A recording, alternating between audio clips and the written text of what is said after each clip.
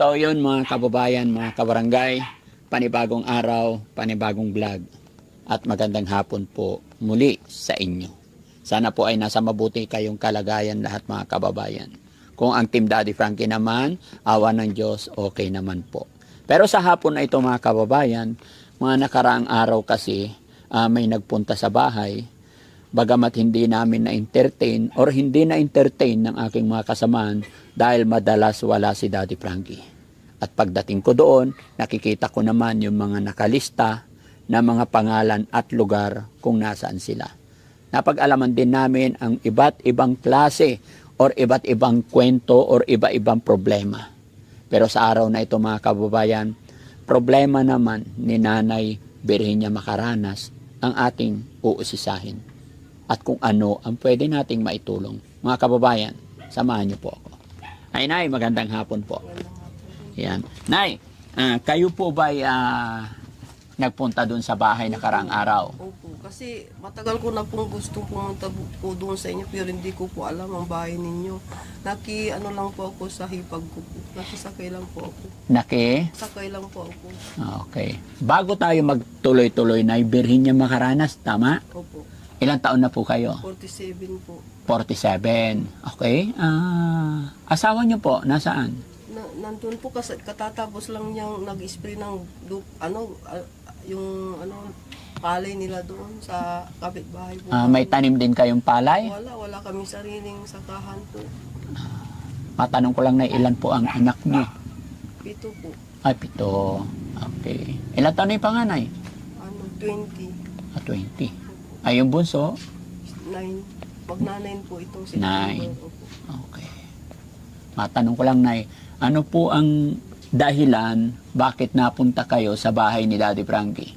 Para humingi po ng tulong kasi yung anak ko may sakit po siya. Okay. Ano ba problema? Anong sakit ng anak mo? May cyst po siya sa ubali. May? May cyst po siya sa ubali. Oh.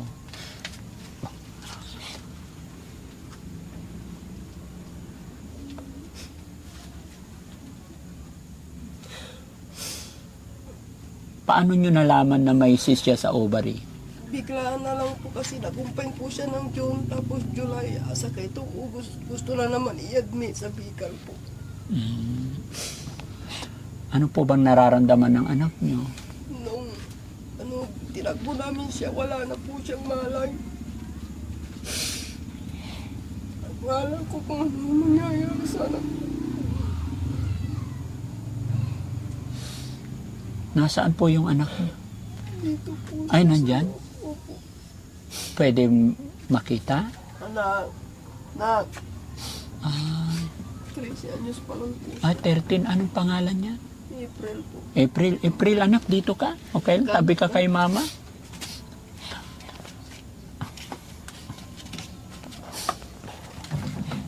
Kumusta ka, April?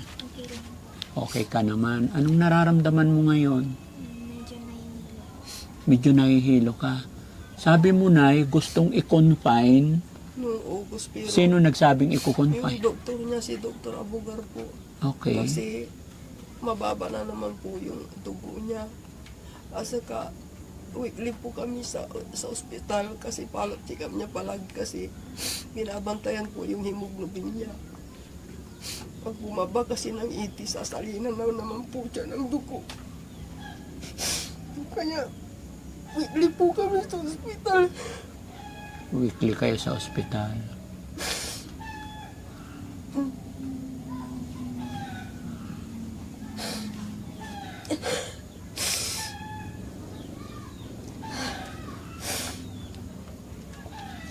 April, okay ka lang? Ang ganda pa naman ni April. Nag-aaral ka, April? Naiyak si April. Tapos akala namin, nung last na, kinumpay namin siya, talagang wala na siyang malay. Buti na lang may mga kapitbahay na tumulong sa amin.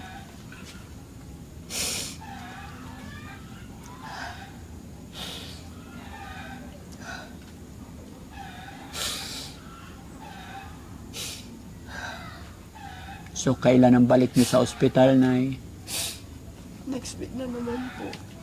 Pero ang gusto ng doktor, i-confine na lang. Opo. Bakit hindi nyo confine kaysa Kasi po, kaya niya daw. Sabi niya, Nay, sawa na ako sa ospital. Lagi na lang buwan-buwan, sabi niya. Mm-mm. Tapos, sa ospital talaga, siyempre, ang pera lang namin yung lang pagkain. Yung nirarasyon nila, bumibili na lang po kami ng kakainin niya. Mm-mm. Siyempre, yung asawa ko pa extra lang naman po eh. Wala naman po siyang steading trabaho. Ako na yan, nakikilabada. Katulad ngayon, pumunta ako para kunin ko yung pakikilabahan ko bukas para may pambili siya ng vitamins niya. Sa pambaho ng mga anak ko.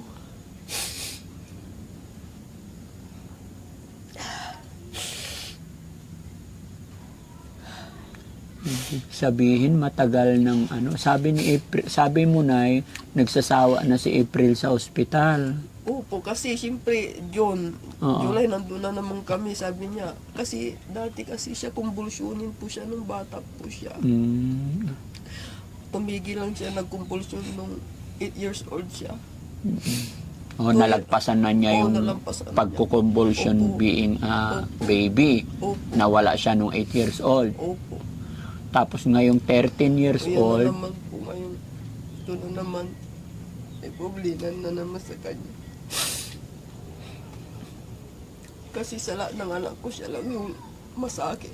Masakit niya talaga. Sakitin talaga siya. sakitin si Opo. April. April, nag-aaral ka ba? Nag-aaral ka? Ano bang gusto mong course? Gusto ko pong maging Ha? criminology po. Gusto mong maging criminology. Buti hindi pa siya nakaka-absent sa school niya. Hindi po siya. Isang linggo na. Mahigit 2 linggo na po siya hindi pumapasok po. 2 linggo. Kasi pag-uusapan daw namin ng principal, kasi yung principal nila nakalip kasi mayroon silang seminar. Oo. Saka yung teacher niya nakausap ko na kasi binigay ko na yung medical certificate na Yes. kailangan nila para ma-excuse siya. Sabi nila, kung ganyan palagi, ta siyempre palagi siyang nahihilo, nablabla yung paningin niya. Kaya sabi nila, magmumudyo na lang daw, palagi siyang nahihilo doon. Opo. Minsan nga naglalabang nga ako, sabi, tinawagan ako, ay, auntie, yung anak niyo nahihilo na naman, para akong na naman, tinawag ko yung bayaw ko. Sabi ko, idong, dalian mo, yung pamangkin mo, nahihilo na naman daw, sabi ko, kaya tuwagbo kami sa school. school. Tapos, buti na lang may nagsakay sa kanya na pauwi dito. Ay natakot na naman ako. Hindi ako makalis-alis dito sa bahay dahil kaya na gusto ko maghanap buhay palagi. Hindi ako pwedeng makalis-alis kasi ito nga binabantayan ko po siya. Sa bagay, tama naman yung suggest siguro or tama yung gustong mangyari ng principal tsaka teacher niya. Mag-module muna. Kaysa naman pag nasa school, hindi natin alam kung nahilo bigla, natumba. Opo, yun nga po. Walang mag-aalaga, mag-a-assist sa kanya.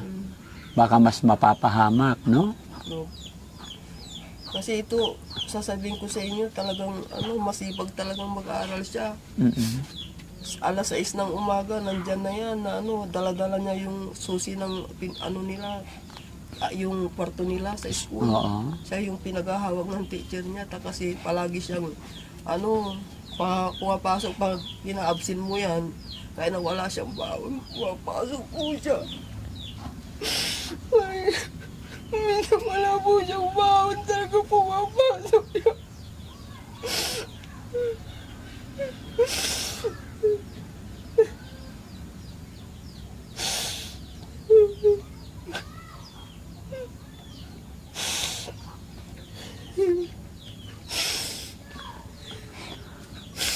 Kahit na kung minsan ang almusal namin kape sa katinam, yung kanin na lang isa, nila yung kanin kami. Basta makapasok lang siya. Kaya sabi ng mga kapitbahay namin, buti pa nga yung mga anak niyo kahit na ano daw, kung mapasok yung mga anak ko kahit na wala silang baon kung minsan. Sabi ko, kasi wala naman kaming may bibigay na ano eh. Kung yung pag-aaral lang nila eh. Kaya yung pangalawa kong anak, nagsisipag mag-aaral kasi gusto niya makatulong sa amin pag nagkapag-graduate daw po siya.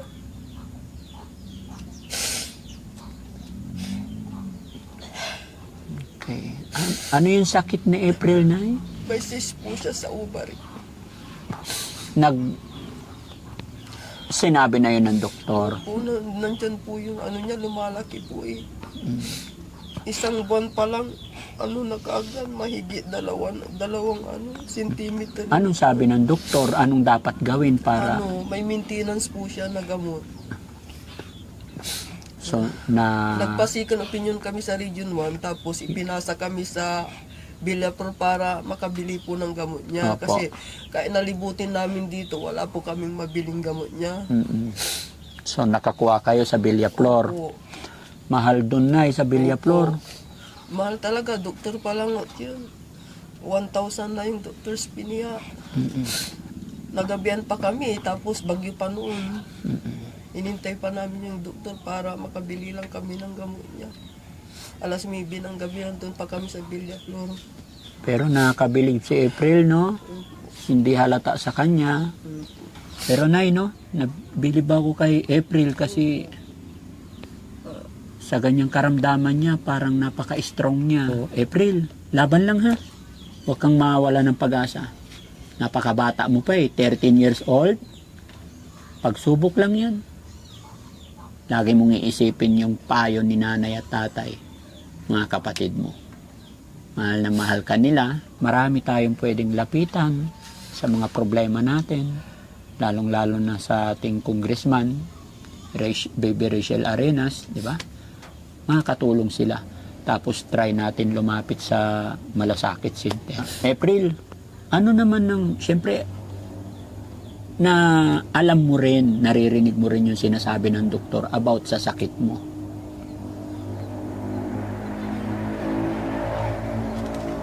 Nung na-confine po ko, nahirapan po ako kasi mahirap po nilang kunin yung ugat ko po. Tapos po sabi ko po, hindi ko na po kaya, sabi ko. Tapos po nung July po ulit, sabi ko po, pagalingin yung pagkuha mo. Kasi po hindi ko na po kaya yung sakit ko. Hindi na po ako nakakapasok. Tapos po, lagi po ako nagme-message kay ma'am pag di po ako nakakapasok kasi hindi ko po kayang pumasok talaga kasi po minsan nahimatay po ako. Nahihilo ka. Opo. Tapos po ayoko po mahirapan po sila mama ko. Tapos mama ko.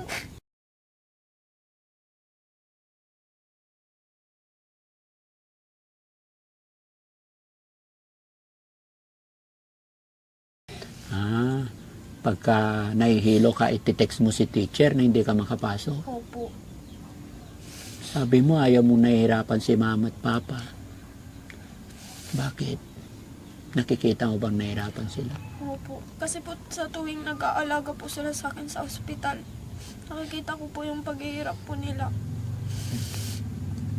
Tapos po pag minsan po kasi pag tinutulukan po ko ng swero po, minsan lumalarag po, tapos ililipat po ulit sa kahit saan po. Basta po may ano po nila. Oo, basta mahanap nila yung maganda ugat. Opo. Pero mahirap po talaga kaya palipat-lipat po sila. Pati po yung pananakit po ng tagiliran ko, hindi ko na po kaya iniiyak ko na lang po sa ospital.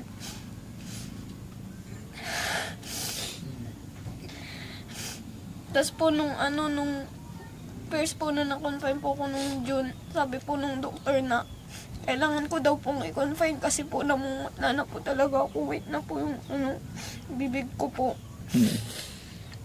Tapos po, nung umuwi po sila kasi nila tita ko po doon. Tapos naiwan po ko sa Bicol.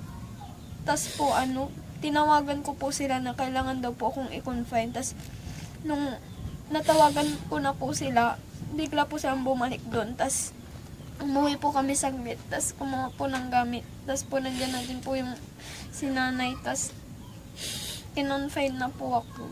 Okay. Alam mo, April, maaaring pagsubok lang yan, no? Huwag kang mag-alala kung nahihirapan si nanay o tatay. Although natural lang yun na mag-alala ka bilang anak.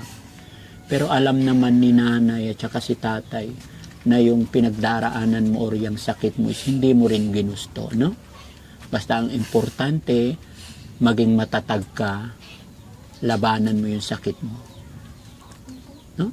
Walang magulang na pababayaan ng anak, lalo na sa sitwasyon mo. Di ba, Nay?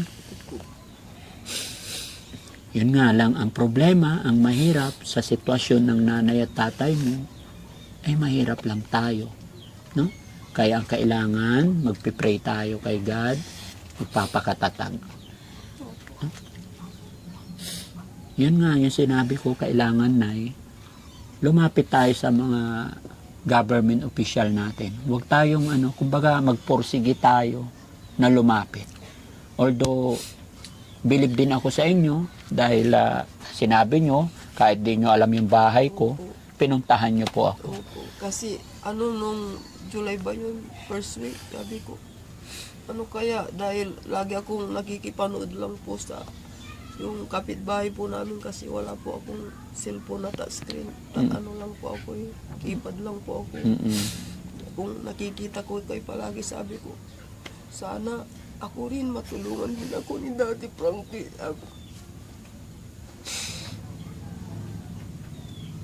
Ang nakakaalam ng bahay niyo kasi yung yung doon sa kapitbahay po namin, nakirides lang po ako. Hayaan mo na may awa ang Diyos, no? Nakakaawa mga kababayan, mga kabarangay. Napakabata pa ni April, sa edad niyang 13.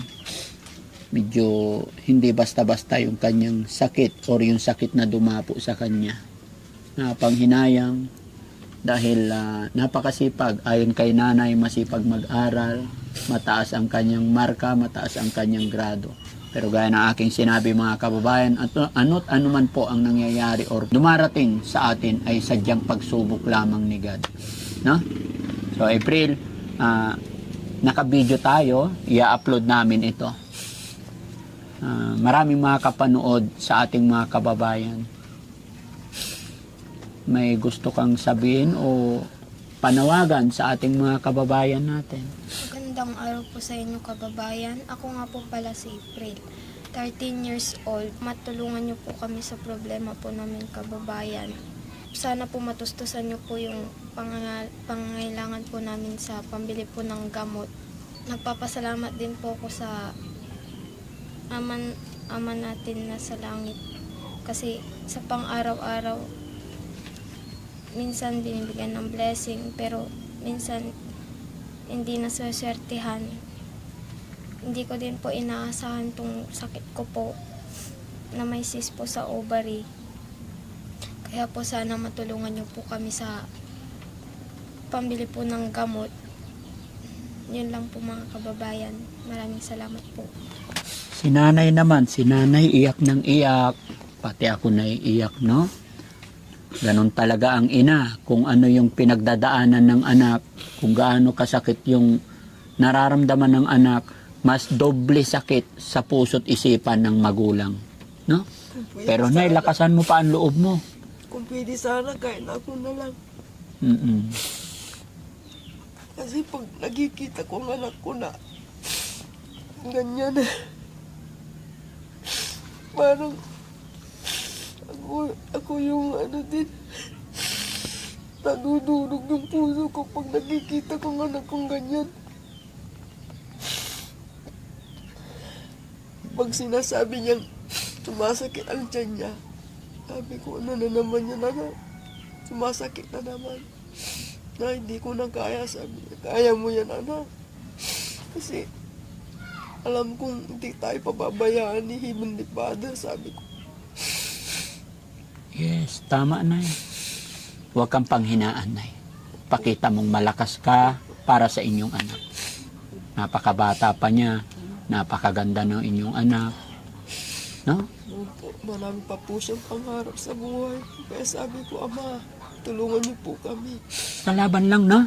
Sige. May dala ba tayong bigas dyan? Bigay tayo bigas para makabawas ano? Pahingin bigas, guys. Makabawas sa expenses nila. Kagaya ngayon na mag-dinner na. Ano po yung ulam yung hapunan? Kulay po. Yung gulay, okay. Ay, importante, ano? Pero sa April, yung pakiramdam mo, pagkain mo, okay pa naman. Hindi naapektuhan. Magana pa naman.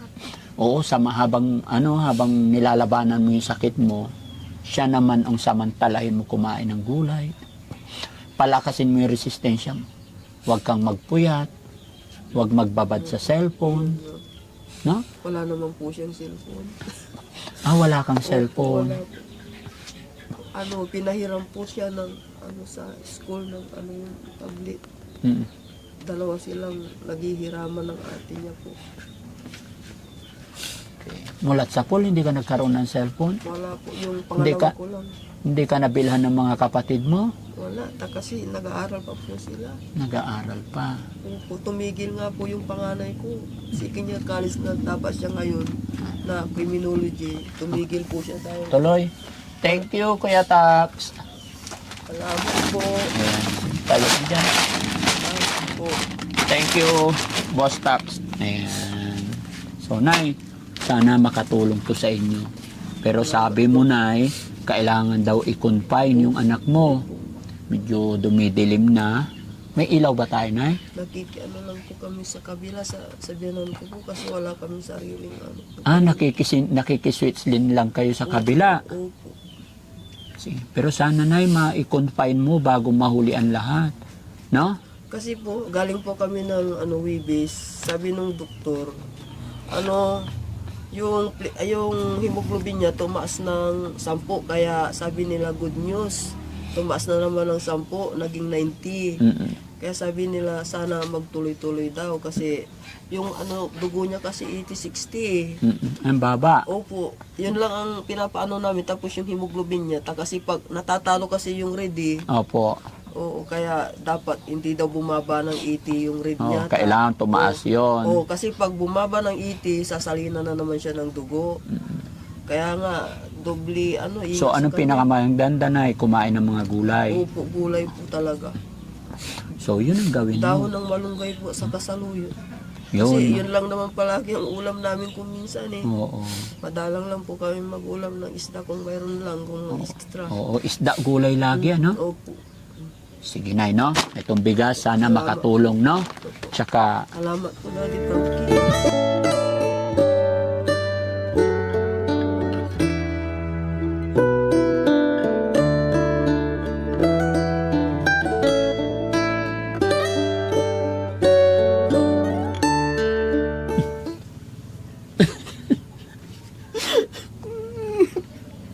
Salamat sa Diyos. Nagkapasyar kayo sa amin. Sabi ko na sa Lagunan doon sa Lazaro, mapuntahan kami ni Daddy Frankie. Sabi ko, ay salamat Lord. salamat sa Panginoon talaga. Huh? Kanina nagsimba kami, sabi ko doon sa hipag ko, sana makapunta dito si Daddy Frankie, sabi ko. Nagkatotoo naman, salamat. Sige, Nay.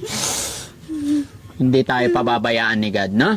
Laban lang. Sige, Nay. Bukod sa bigas, para mapakonfine mo yung anak mo, bibigyan ko kayo ng pampakonfine, ha?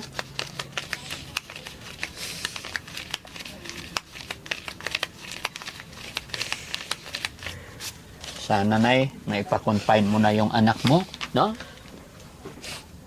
O, Nay, kamay mo, bilangin natin, no? 1, 2, 3, 4, 5, 6, 6, 7, 8, 9, 10,000 na.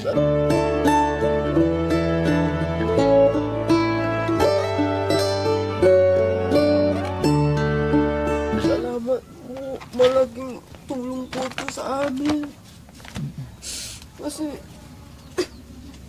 talagang nung last week talaga ang dala namin pera, 400 lang po talaga. Pumunta kayo sa ospital, 400 lang dala nyo. Opo, tapos pinatusok ko pa yung anak kong nagaga ng pusa. Buti na lang yung tita ko na tita ng asawa ko, nakisabay po kami sa kanila para malibre po kami ng pamasahe lang po. Pangkain lang po nila yun. Sabi ko sa mga anak ko, siyempre, nagbaon na po kami ng kanin. Opo. Sabi ko, mga anak, magbaon na tayo ng kanin para ulam na lang. Kasi, sana ako kakain kasi iniisip ko, yung giniling kasi, 70. Tapos sabi ko, kulang na itong pera natin, pamasahin natin. Kayo munang kakain, sabi ko sa mga anak ko. Sabi ng anak ko, ate na lang tayo, nanay, sabi niya. Kain ka dito, sabi niya.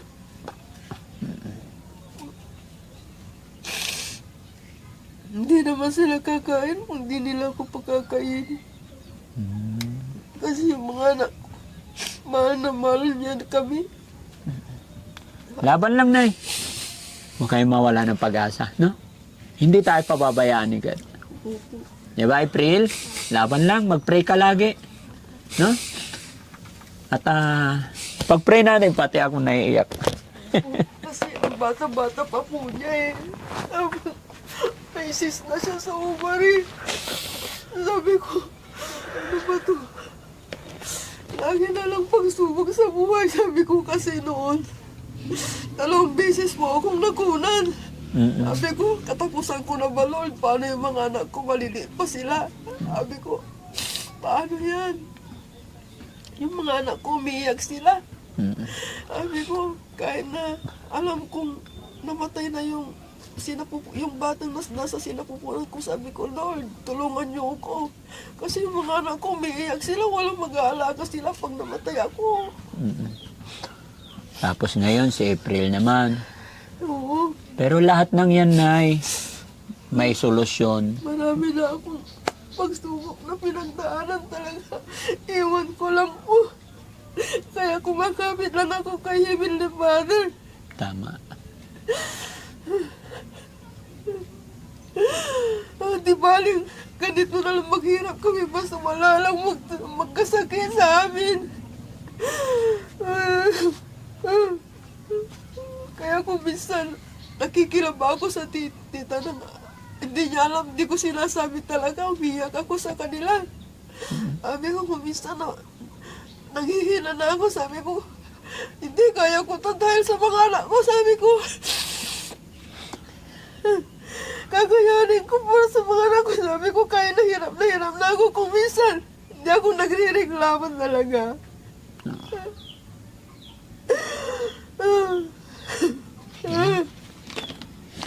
Laban lang, Nay. Alam na nga anak ko to, pag may problema ako, sabi ko, anak, hindi ako makatulog. Kasi kung minsan iniisip ko, paano kaya kung maoperahan siya, saan kami kukuha ng pera? Hindi namin alam kung saan kami pupunta. Basta, Nay, kung anong sinabi ng doktor, kung operahan, go. Pag-go mo. Lumapit kayo kung saan. Nay, ang pera kayang kitain. Pero ang buhay ng tao, minsan lang yan. No? Kaya iniisip ko. Kaya lakasan lang natin ang loob natin. Kung ano yung sinabi ng doktor, sundin ninyo bago mahuli ang lahat. No? Opo. Sana yung 10,000 na yan ay simula na po ng paggaling niya. No? At loobin sana ng Panginoon na sana makabalik pa ako, makatulong pa ako. Sana, Daddy Frankie, salamat mo na lang ah. Opo. Sige lang, Nay.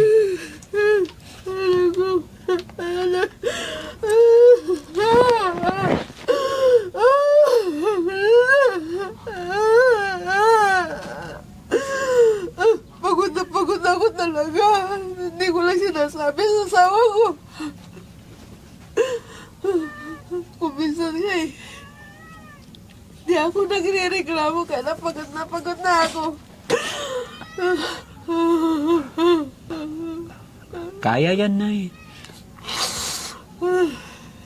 Relax ka lang, Nay. Ha? Di ka naman high blood, ha? Kailangan, Nay, labanan natin para sa mga anak natin. Okay? April, di ba? Mahalin mo yung nanay mo. Pa-confine na kung kinakailangan bago mahuli ang lahat. At ayan, may awa ang Diyos. Makakabalik pa si Daddy Frankie para makumusta si April. Ha? Tamang-tama, wala po kami bigas na. Wala na kayong bigas. Tamang-tama, blessing po talaga. Kasi Amen. kanina, po, talagang sabi ko, Lord, wala na po kami luluto. Tapos yung asawa ko, pa extra lang po siya. Sabi ko, makapunta dito si Daddy Frankie. Sabi ko, para akong luka-luka. Kanina talaga, doon sa siya. Ewan ko lang kung naririnig ako ng mga kasama ko. Kasi kung minsan, hindi ko lang alam. Yung kuya ko kasi tinawagan ko din, wala din daw siya.